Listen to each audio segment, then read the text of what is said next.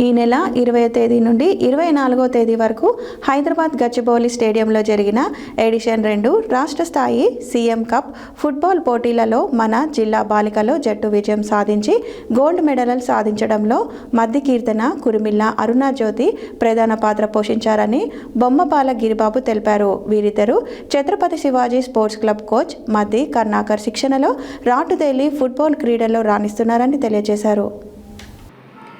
ఈ నెల 20వ తేదీ నుండి 24వ తేదీ వరకు హైదరాబాద్ గచ్చిబౌలి స్టేడియంలో జరిగిన ఎడిషనల్ 2 రాష్ట్ర స్థాయి సీఎం కప్ ఫుట్బాల్ పోటీలలో మన జిల్లా బాలికల జట్టు విజయం సాధించి గోల్డ్ మెడల్ సాధించడంలో మద్ది కీర్తన, కురిమిల్ల అరుణజ్యోతి ప్రధాన పాత్ర పోషించారని బొమ్మపాల గిరిబాబు తెలిపారు.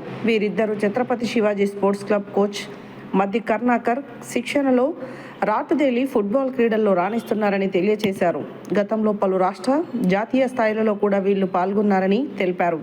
సీఎం కప్ క్రీడల్లో జగిత్యాల జిల్లా జట్టుపై మద్ది కీర్తన 5 గోల్స్, కురిమిల్ల అరుణజ్యోతి 2 గోల్స్ సాధించారని, నాగర్ కర్నూలు జిల్లా జట్టుపై మద్ది కీర్తన 1 గోల్, కురిమిల్ల అరుణజ్యోతి 1 గోల్ సాధించారని, సిద్దిపేట జిల్లా జట్టుపై మద్ది కీర్తన 1 గోల్ సాధించిందని తెలిపారు.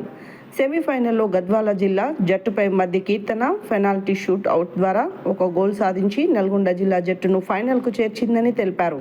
23వ తేదీ నిజామాబాద్ జట్టుతో జరిగిన ఫైనల్ మ్యాచ్లో కూడా మద్ది కీర్తన 1 గోల్ సాధించి జిల్లా జట్టును విజేతగా నిలపడంలో ప్రధాన పాత్ర పోషించి గోల్డ్ మెడల్ సాధించారని బొమ్మపాల గిరిబాబు తెలిపారు.